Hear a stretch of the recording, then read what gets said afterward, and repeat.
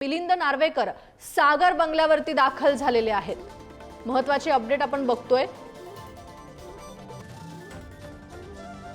मिलिंद नार्वेकर आता सागर बंगल्यावरती दाखल झालेले आहेत।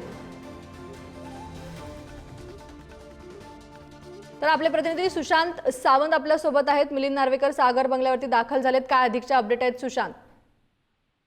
त्याच्यात तुम्ही आपण जर बघितलं असेल तर सकाळी खरं तर मुख्यमंत्र्यांनी राज ठाकरेंची भेट घेतली आणि त्यानंतर आता उद्धव बाळासाहेब ठाकरे गटाचे नेते मिलिंद नार्वेकर हे देवेंद्र फडणवीस यांच्या सागर या निवासस्थानी खरं तर भेटीसाठी आलेले आहेत।